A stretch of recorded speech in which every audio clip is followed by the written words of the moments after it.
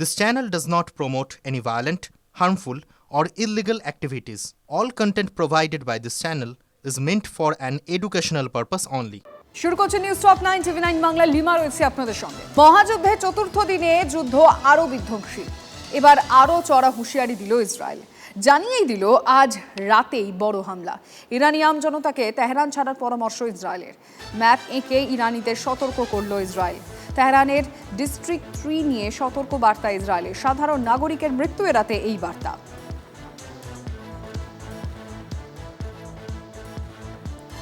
Iran কি যুদ্ধ বন্ধ করতে চায়? আমেরিকা ও ইসরায়েলের সঙ্গে কি আলোচনায় বসতে চায় ইরান? আমেরিকান প্রেসিডেন্টের তেমনই ইঙ্গিত দিচ্ছেন। ডোনাল্ড ট্রাম্পের দাবি ইরানিরা আলোচনা করতে চায়। তার কথায় তারা আরও আগেই এটা করতে পারত। তাদের হাতে 7 দিন সময় ছিল। হুঁশিয়ারি সুরে ট্রাম্প জানিয়েছেন ইরান এই যুদ্ধে জিতছে না এবং খুব দেরি হওয়ার আগেই তাদের আলোচনায় বসা উচিত। Talk, but they should have done that before. I had 60 days, and they had 60 days, and on the 61st day, I said, "We don't have a deal. They have to make a deal," and it's painful for both parties. But I'd say Iran is not winning this war, and they should talk, and they should talk immediately before it's too late. বাংলায় কথা বলাটা বাঙালিদের জন্য সমস্যার কারণ হয়ে উঠছে। কিছু ঘটনাকে কেন্দ্র করে রাজ্যের শাসক দল তৃণমূল এমনটাই বলেছে। মহারাষ্ট্রের কাজ করতে গিয়ে ছিলেন এই বাংলার কয়েকজন। তাদেরকে বাংলাদেশি অভিযোগে পুশব্যাক করা হয়েছে বলে অভিযোগ। এই নিয়ে তুঙ্গে উঠেছে রাজনৈতিক চর্চা।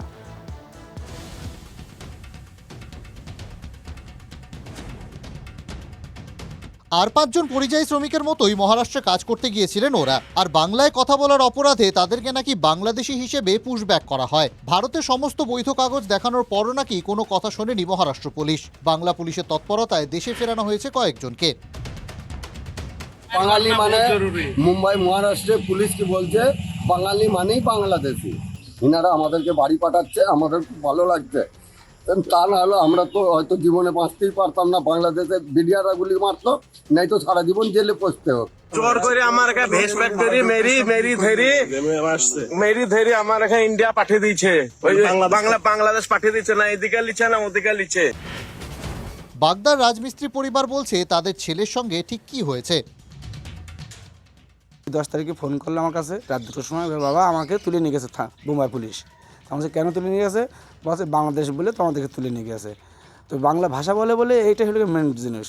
বলে বাবা আমার কাছে ডকুমেন্টস পাঠাও, আমি ডকুমেন্টস সব মুম্বাই পুলিশকে পাঠিয়েছি। এই অভিযোগ সামনে আসার পরই বিধানসভায় দাঁড়িয়ে তীব্র ক্ষোভ প্রকাশ করেন মুখ্যমন্ত্রী মমতা বন্দ্যোপাধ্যায়। তিনি বলেন, বাংলায় কথা বললেই পুশব্যাক করে বাংলাদেশে পাঠানো হচ্ছে। যেখানে ডবল ইঞ্জিন সরকার সেখানে বাংলায় কথা বললেই নিশানা করা হচ্ছে। পরিচয়পত্র থাকলেও বাঙালিদের বাংলাদেশি বলা হচ্ছে। ভয়ঙ্কর অভিযোগ আসছে যে ভারতবর্ষের মধ্যে কোথাও বাংলা ভাষায় কথা বললেই বলে দেওয়া হচ্ছে বাংলাদেশি। যদি সত্যিই কেউ অনুপ্রবেশকারী হয় তো তার বিরুদ্ধে ব্যবস্থা হোক। বিএসএফ কেন আটকাতে পারেনি, অমিত শাহ জবাব দেবে। এই যে রাজনৈতিকভাবে উদ্দেশ্য নিয়ে সব কিছু করা, এটা কিন্তু সংবিধান বলে না। এই বিতর্কে যদিও রাজ্য সরকারকেই কাঠগড়ায় দাঁড় করাচ্ছে বিজেপি নেতৃত্ব। মুখ্যমন্ত্রী বলেছিলেন ফর্ম ফিল আপ করতে হবে না। আজকে যদি সিএ তে ফর্ম ফিল আপ করার অ্যাকনলেজমেন্টটা এই বাঙালির হাতে থাকতো তাহলে পরে তো তাকে বের করা হতো না। রাজনৈতিক চর্চা চলছে, তবে এই ঘটনা এক অদ্ভুত পরিস্থিতির মধ্যে এনে দাঁড় করাচ্ছে বাঙালিকে। বাঙালি ও বাংলাদেশি যেন মিলেমিশে একাকার। Bureau report, TV nine Bangla. বিধ্বংসী আগুনে পুড়ে ছাই খিদিরপুরের বাজার। ক্ষতিগ্রস্ত বাজার পরিদর্শনে গিয়ে ক্ষতিপূরণ ঘোষণা মুখ্যমন্ত্রীর। যদিও সেই ঘোষণায় খুশি নন। আগুন লাগিয়ে শপিং মল তৈরির চক্রান্ত চলছে, অভিযোগের সরব ব্যবসায়ীদের একাংশ।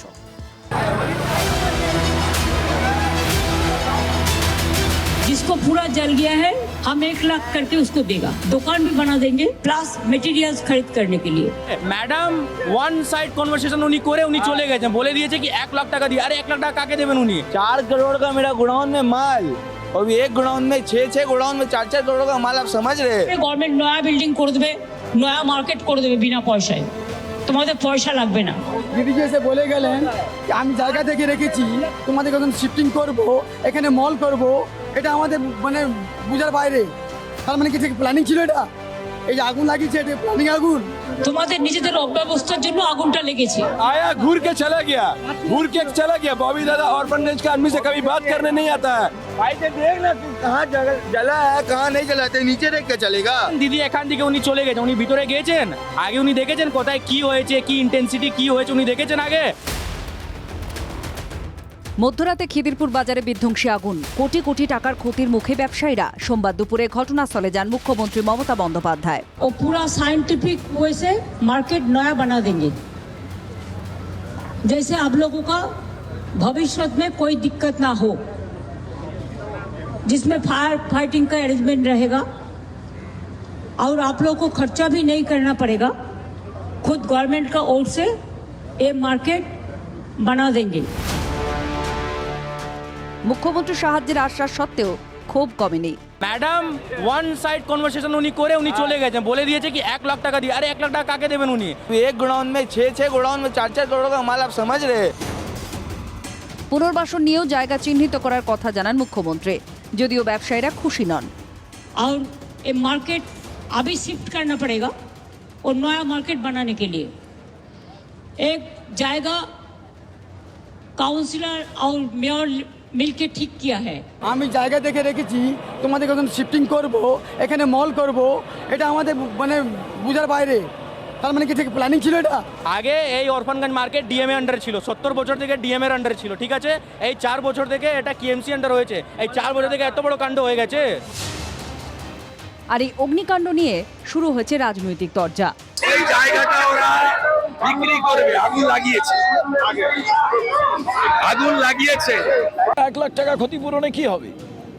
আমার মতে প্রত্যেকটি দোকানকে আজকে 5 লক্ষ টাকা করে অগ্রিম দিয়ে দেওয়া দরকার। ওখানে যাদের জীবন জীবিকা নির্ভর করছিল সেই বাজারের উপরে, তাদেরকে বাঁচানোর পরিবর্তে তাদেরকে আরও বেশি ক্ষতির দিকে ঠেলে দেওয়ার সরকার যে চেষ্টা চালাচ্ছে, আশা করি বাজারের সমিতির লোকজন, ব্যবসায়ী এবং ওখানকার মানুষ তারা রুখে দাঁড়াবেন।